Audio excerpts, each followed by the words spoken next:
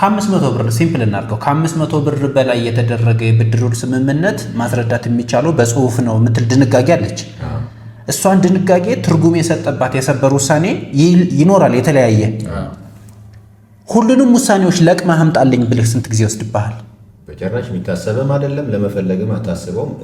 አሁን ባለው ሁኔታ ከአፕሊኬሽኑ ውጭ ሆነ ሳስበው እንግዲህ እነዛ የታተሙት ወደ 26 ነው። አሁን የታተሙት 27 ቅጾች ሄደን የት ነው ሄደው ማውጫዎች ጋር ሄደን እንደው ከኔሹ ጋር የሚቀራረብ እያለን በዛ መንገዳችንን የምንፈልግበትን ጊዜ ለማሳጠር ሞክር ይሆናል። የአንድ እንኳን መጽሐፍ ራሱ ማውጫ አብተህ በእርግጥ የጉዳይ ትርጉም የተሰጠበት የህግ ክፍሎች ይታወቃሉ። እንደዛ ልታወጣ ትችላለህ። ያ በጣም ብዙ ጊዜ አድካሚ ነው፣ አሰልቺ ወይም ልትወም ትችላለህ። ያልታተመው ግን አሁን በእናንተ የት ትሄዳለህ? ያልታተመው ጭራሹን እሱ አይገኝም እያልኩ እኮ ነው። ጭራሹን የለም ማክሰስም ስለማታውቅም አትፈልገው፣ ማታውቀውን ነገር አትፈልግም እኮ የለም፣ ተደብቆብሃል ማለት ነው። ባይዞ ተደብቋል። በአዋጅ ደረጃ ባይዞ ያን አስገዳጅ እንዲሆን እስከተቀመጠ ድረስ መታተምና እንድናውቀው መደረግ አለበት። ለምን አስገዳጅ ነው። አንድ ህግ በታች ፍርድ ቤቶች ሁሉ አይደለም። ከዛም በኋላ ያለው ሰበርም ሲወስን እነዛን መሰረት አድርጎ እስካልተቀየረ ድረስ የመስራት ግዴታ አለበት።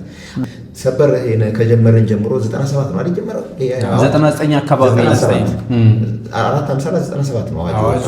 ልክ ነህ፣ ግን ውሳኔዎቹ 99 ነው የሚሉት። አይ ሌጋል ኢፌክቱን ነው። ልክ ነህ፣ 97 ነው።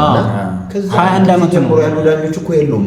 እኔ ራሱ አሁን ባለው ወደ ኋላ ሄጄ በዳኝ ሰር የወሰንኩባቸውን አድርገው ያረኩባቸውን መንገዶች ሁሉ አስታውሳቸዋለሁ። እኔ አላስታውሳቸውም እኮ የራስን ውሳኔ ቢሆን።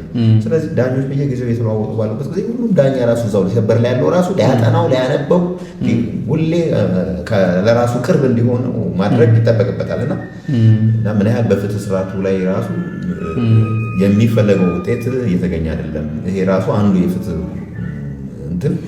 ችግር ነው ብሎ ማየት ይቻላል። እና ቅድም ወደ አነሳው ጥያቄ ሲመጣ አንተ ጋር እንግዲህ አፕሊኬሽኑን ሲታይ ለምሳሌ እንዳልከው በዚህ በብድር ኢሹ የሆነም ያው ህጉ ይታወቃል። እሱን ህጉን ጠቅሰህ በዛ ዙሪያ ለምሳሌ አሁን ቅድም እንደተባለው አሁን እኛ ሀገር ነው 1723 ምናምን ይበዛል አይደል?